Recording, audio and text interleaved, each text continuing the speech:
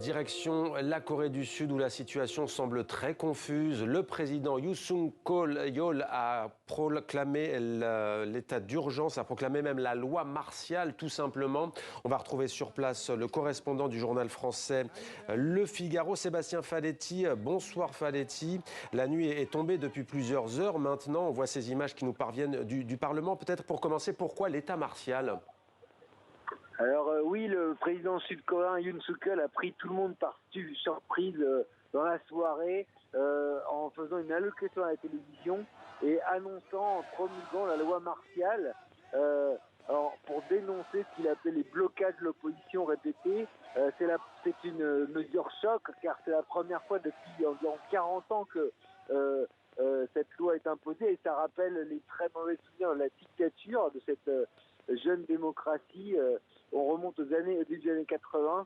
Donc le pays est sous le choc et je me trouve actuellement devant l'Assemblée nationale où des milliers de personnes ont convergé dans la nuit pour protester et tenter de protéger l'immense enceinte de l'Assemblée nationale qui se trouve sur une île au cœur de Séoul.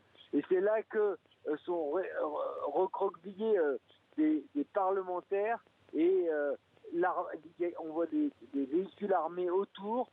Et la foule avait très peur que l'armée tente d'empêcher ces parlementaires de se réunir, car évidemment il y a un enjeu majeur juridique, c'est l'Assemblée nationale veut tenter de bloquer cette loi, cette promulgation de la loi martiale, et à l'intérieur 190 députés ont réussi il y a quelques minutes, semble-t-il, à voter pour invalider l'entrée en vigueur de cette loi martiale. Maintenant, il y a la confusion règne. Toute la question de savoir que va faire l'armée.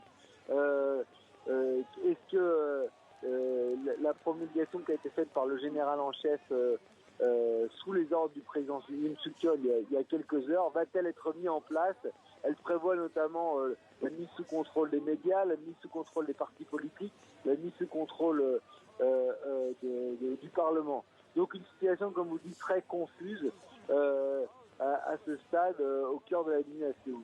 Merci beaucoup Sébastien Faletti. On le rappelle donc, le président Yoon Suk-yeol qui accuse l'opposition de chercher à le renverser, qui a proclamé la loi martiale. Plusieurs réactions à l'international. La Chine appelle ses concitoyens à la prudence en Corée du Sud. Les États-Unis disent suivre la situation de près, tout comme le Royaume-Uni. On y revient bien entendu d'ici la fin de ce journal.